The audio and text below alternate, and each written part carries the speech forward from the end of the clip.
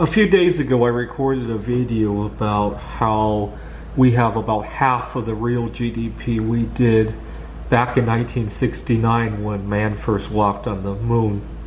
And I found an even better chart. This is real GDP as measured by ounces of gold starting in 1790.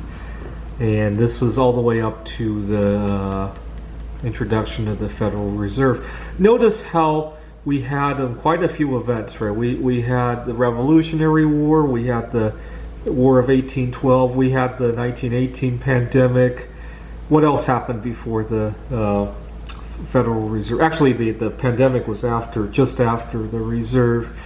We had the first part of World War I. We had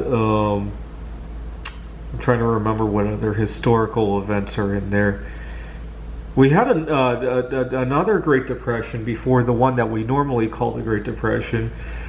But then the Federal Reserve was introduced, and look at all these bubbles and bursts. And even more dramatically, if we looked at the growth rate, GDP per capita in gold, growth rate, right? So normally we call it a recession if we go two seasons without any GDP growth, right? But we measure it with fake inflation figures, right? I want to see what happens if we measured it in gold, and what we see is that we've had a lost decade. Actually, we've had one, two, except for the dot-com bubble, right? We had a short dot-com bubble, but other than that, we had 3 lost decades of growth here, right? So 1864, the Civil War, we had pretty good growth. We had World War I and II, and even the Great Depression, we were still growing our GDP in terms of gold, because we had deflation, obviously, right? The problem with the Depression is not necessarily that people are not producing enough food, right? We've always produced enough food to feed our population multiple times over. The problem is that the money supply shrank, and with it, because so many people are in debt, right?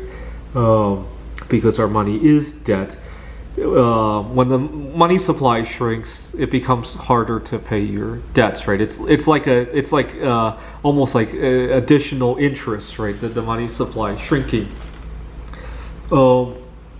We tend to think of deflation as a bad thing because most people are in debt, right? Otherwise, it would be a good thing, right? If you own gold as your currency, you've been experiencing deflation throughout the COVID-19 crisis, right? The problem is that if you were to owe somebody gold, that would be a big problem, right, during the COVID-19 crisis, right? So we had growth during the Great Depression. But over here, look at this. Ever since 2005 or so, we have been in a permanent recession if we were measuring our GDP growth in terms of gold, right?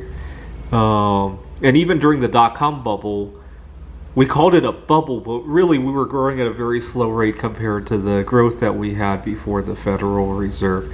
So I would argue that we've been in a recession since the mid-1970s.